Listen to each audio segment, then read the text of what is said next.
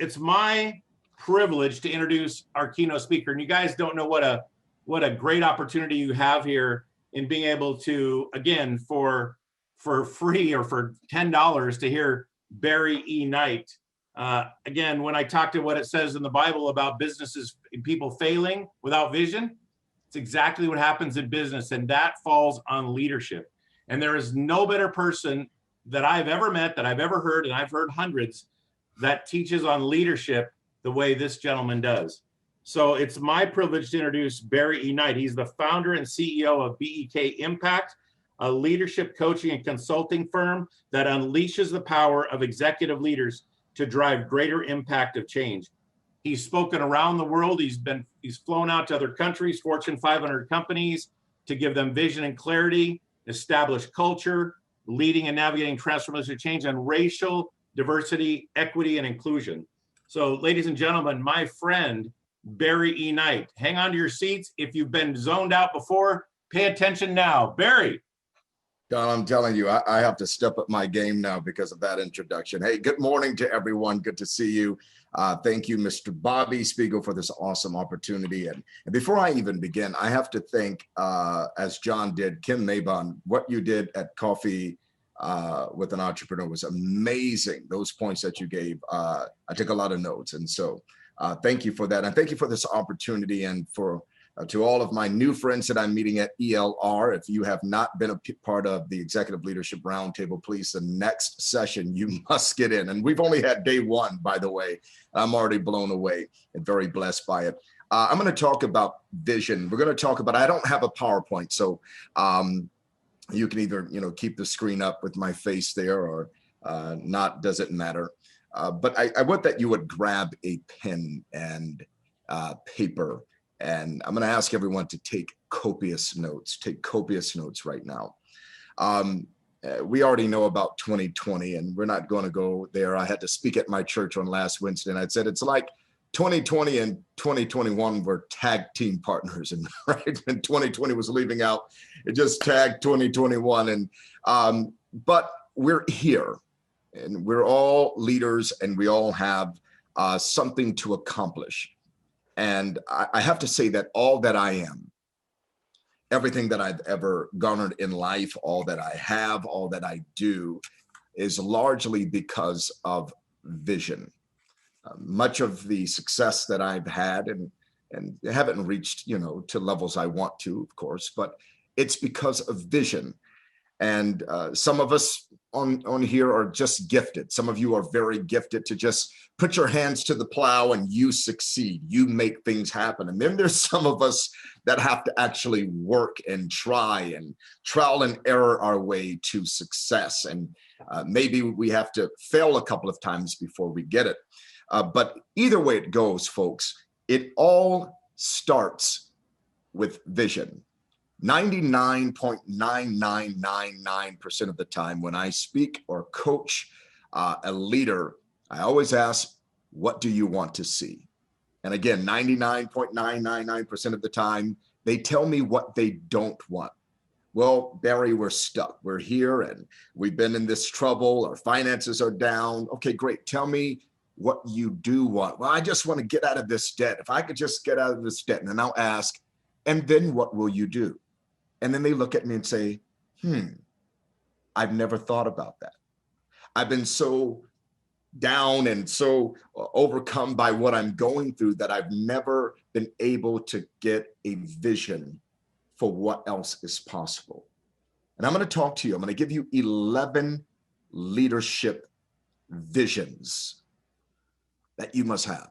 I know a lot of people say you just need to have a vision. Yeah, I understand. But you actually need to have 11 types of vision as a leader for your organization, for your staff, for your team, for the finances, for the entire company. And we're going to go through those. Someone asked me last week, for many of you all who have ever heard my story, when I did Coffee with an Entrepreneur last year, I talked about the fact that I moved on from being a pastor. I was a pastor for 11 and a half years in the city of Moreno Valley. And right about the 7th year of pastoring, I had this huge God-sized vision that I was going to be traveling the world, building, coaching, developing leaders and their organizations so that they could have greater impact. I had no clue how that was going to happen. All I know is I had a vision. And this lady asked me last week, she said, how did you do it? How did you just jump with this, kind of take a blind jump? And I thought about it and I said, it wasn't a blind jump. I saw it. And I want to ask you, every one of you, with all that has happened in 2020, what do you see? I want to talk to your heart on this morning, because I'm believing, even if you're not, that 2021 can be your absolute best year that you have ever experienced. Let me tell you something. COVID-19 didn't take money off of the earth. Money still exists in the earth. You just have to figure out a vision to find it and to attract it to you. So let's talk about these 11 leadership visions. I'm going to say them twice so that you can write them down. We're going to go quick. I'm not going to be long. I have about 15 minutes. Number one is you have to have a vision with the end in mind. You have to have a vision with the end in mind. I tell people all the time, leaders, you should be spending at least 30 minutes every day, just in vision land. You need to spend time. What will it look like if we accomplish this? Once this is not a problem anymore, what else is possible? Let's assume that I have that loan, that I got that PPP, that I got that funding. What will I do differently? What will be demanded of my team, of my leadership, that we're not doing now? So you have to, folks, you have to have a vision with the end in mind. The late Stephen R. Covey wrote the book, 7 Habits of Highly Effective People. You already know it. And then he, I guess, you know, the 7 Habits wasn't good enough. He came out with the 8th Habit as well. And I have both of those books. And he says you have to begin with the end in mind. And I want you to get your team. I want to encourage you to get your team and just have planning sessions once a month. Just have vision sessions and say, what would it look like, team, if we did this? And what you're inevitably doing, you're actually building their capacity. When they begin to speak into the vision and talk about the vision and see themselves in the vision, what they're doing is they're raising the bar of their capacity. And then you begin to develop them and coach them. And all of a sudden, the performance and productivity of your organization shoots through the roof. I want you to ask yourself, have I been doing that? Have I been doing that? Am I playing risk adverse and just staying and playing safe? Or am I out there really seeing what's possible? Begin with the end in mind. You have to have a vision with the end in mind. Number 2, you have to have a vision for the organizational culture and identity. I said at ELR, and I say often when I'm coaching leaders, sometimes we bring in the smarts and the business minds, and we wonder why the culture in our organization is kind of awry. It's bad. It's dysfunctional. It's you know, you don't want to be there often. You kind of like, wow. And then you look at the person, you finally identify them. But because you brought them in and you lauded them and you said, hey, here's Johnny, here's Jane. They're the best. We got them from this company, from this organization. They're coming in. And then all of a sudden that Johnny and Jane really deteriorates your culture and your identity. I often say that if you are a leader, whether your business is healthy, whether it's dysfunctional, or whether it's stuck, it always acts like its leader. I'll say it again, whether your business is healthy, dysfunctional, or it's stuck, your business always acts like you. And so you, the leader, the founder, the CEO, the executive director, you set the tone and you hire for that culture. You hire for that identity. And folks, it's a little bit difficult to say, but sometimes you have to fire according to that culture and identity. As a leader, you must guard your organizational culture and your identity just as secure as you would the finances of your organization. And everybody knows we're always looking at the finances. At least you should be. You should be looking to your CFO or your accountant to say, hey, where are we? Where are we? But we don't always guard our culture, our organizational culture and identity. Let's go to number 3. Number 3 is you have to have a vision. Hear me. You have to have a vision of being yeast and helium. Yeast, like what you use for baking and bread. You have to have a vision for being yeast and helium. I want you to go back to 2020 and we understand that yeast, when it gets into dough, it causes the dough to expand. We know that helium, when it gets into a balloon, it causes the balloon to rise. You as the leader must be the top influencer in your organization. And by your leadership, I can tell who's a great leader, not by looking at what you do, but looking at how your team grows and expands. I don't have to talk to you. I can look at your team and see from January 2020 to December 2020, all the way till now, January 2021. I can look at them and say, did you grow? Because their growth is contingent and directly connected to you as a leader. So you must have a vision for being yeast, speaking words of inspiration, inspiring greater performance, not being kind of the taskmaster and the iron fist kind of leader. That doesn't work today. You have to be the most inspirational, the CIO, Chief Inspirational Officer of your organization and for your team. Number 4, you have to have a vision for forward movement. You have to have a vision for forward movement. Be resilient. You have to have a healthy obsession. I use the word healthy very carefully. A healthy obsession for meeting your goals. Yes, you got to gather all the information you can before you make that move. But then when you make that move, you have to give all of your effort to it. Visionaries are fighters.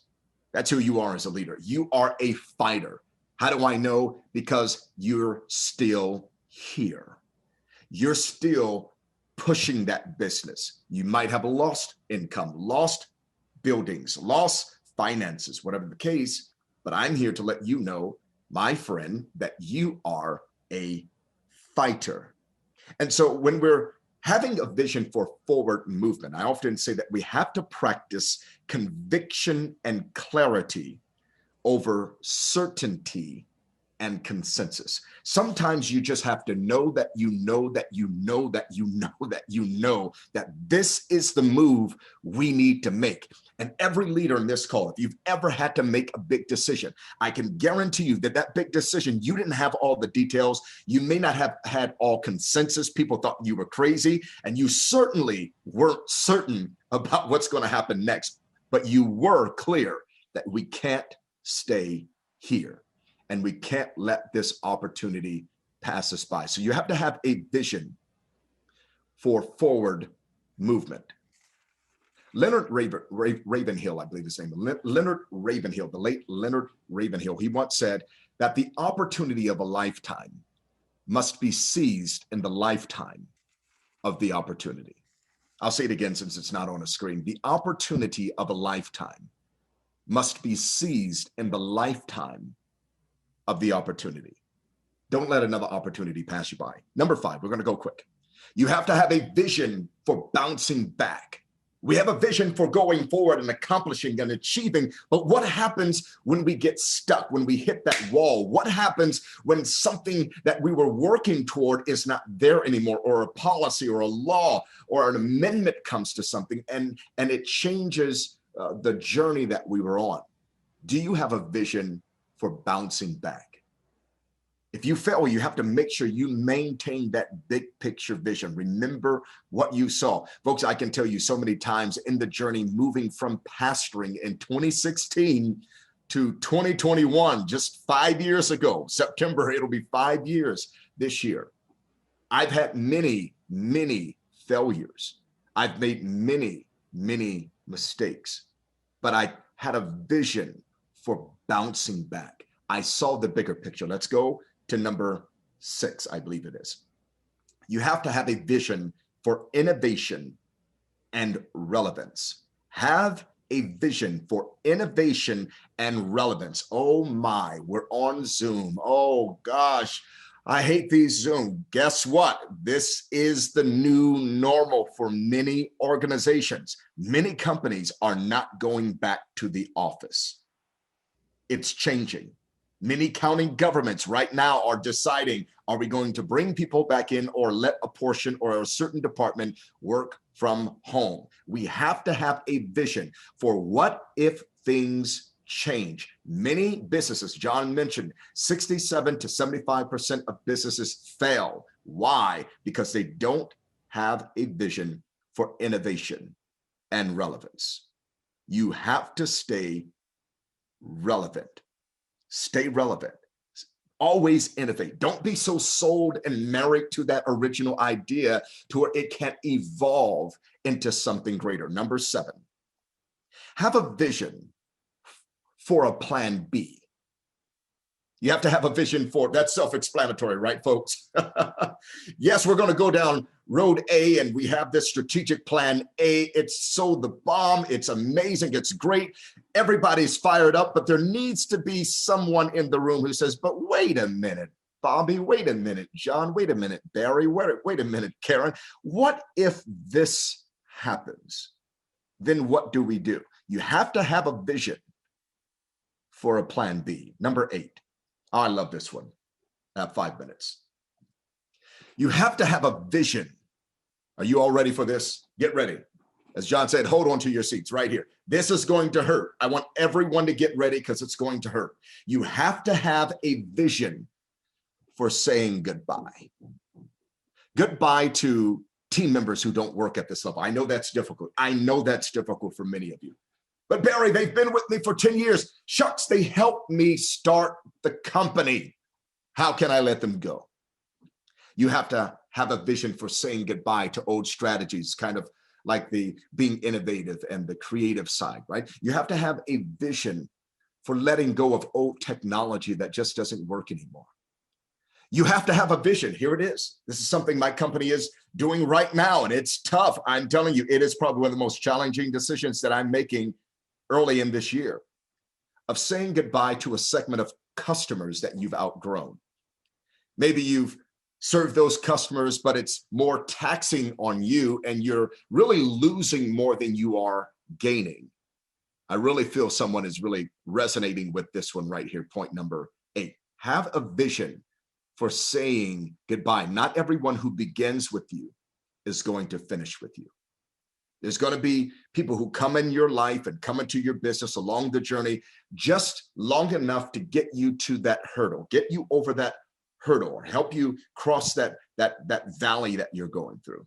And then they're going to be gone. Now, the scary thing is when those who are supposed to leave stay past their expiration date. I want you to analyze that. Like I said, folks, this is tough, but another reason why businesses fail is because they don't have a vision for saying goodbye, or at least they don't act on it. And you need to take a hard look at your leadership, your vision, and where you know your company, your business should be, your organization should be, and say, what do we need to let go of? 2020. Do we really need to get people back in? Why? Did you maintain? Did you stay afloat? Were you still productive with people working from home? You might want to consider. I'm not saying you should, but you might want to consider if that is the route you need to take. Number 9, have a vision for good stewardship. Time is the most wasted asset. When time is wasted, resources are wasted. Opportunities are often lost. We lose good people. Have a vision for good stewardship. How are you managing finances? I often tell people, if you are a visionary leader, listen, if you're like me, I'm a visionary leader. If you are a visionary leader, stay away from the finances. Don't touch them. If you are a visionary leader and you're over your own finances, you will always be in financial trouble and probably will go bankrupt. Hire an accountant, CFO, get someone and trust them. I had to have a meeting in December of 2020 with my accountant and say, I'm taking my hands off. I'm taking my hands off. She would call me and say, did you take out money? Did you move this money over here? Did you buy this? Did you do this? You have to let me know. I am not the financial guy. I know that. I know how to read the reports, the balance sheets, P&L. I know that part. That's what I do. So if you're a visionary leader, let me help you. Don't touch the finances. We're moving on. Number 10, have a vision for limitless skies. Number 10, have a vision for limitless skies. If I were to coach you, one of my gifts, I'm not bragging or being bombastic, but one of my gifts is to push you into a realm of believing and thinking that you've never ascended to. Maybe you've been fearful to tap into that. I grow businesses by growing leaders. That's my gift. And I want to encourage each and every one of you all. I don't care what's going on in America. I care, but you understand what I'm saying. It does matter. But what I'm saying is that's not going to stop you from dreaming and seeing big. I want you to, I love what Grant Cardone, he talks about 10xing your life, your business, your relationships, your capacity. And even if you have a team, those that are working with teams, require those. Remember, you're the CIO, Chief Inspirational Officer. Challenge those that you lead. You know, ask them, what do you see this business accomplishing over the next 3 to 5 years or this year? Don't even go out that far. And ask them and challenge them to be big picture thinkers and to have a vision of limitless skies. If they run a department in your organization, challenge them to see big. What are you going to be doing in your department that impacts the bigger goal of our organization? Last but not least, number 11, have a vision. This is huge, for the next generation. Have a vision for the next generation. I think Corona Chamber right now is in prime position. I love having Elijah, I believe his name is 19 years old. He's the next generation. What will we do to invest in him and his generation? What are we going to do? You have to have, businesses cannot die with the founder. You worked too hard to move on, whether that be through the grave or through retirement, or both. You work too hard to have all of your work just gone and never remembered. No one has anything to hold on to, no legacy left. Have a vision for the next generation and how they will continue to lead your organization. Listen, if you want to get in contact with me, I'm going to give you my cell phone number. Don't mind you giving a call. Give me a call. It's my number is area code 951-378-2848. If anything resonated with you, just want to talk it out and say, hey, give me some ideas. I'm open for that. It's not about the money. It's about you having clarity on your vision. 951-378-2848. Shoot me a text. Let me know who you are. I'm here to serve. Thank you. God bless you all.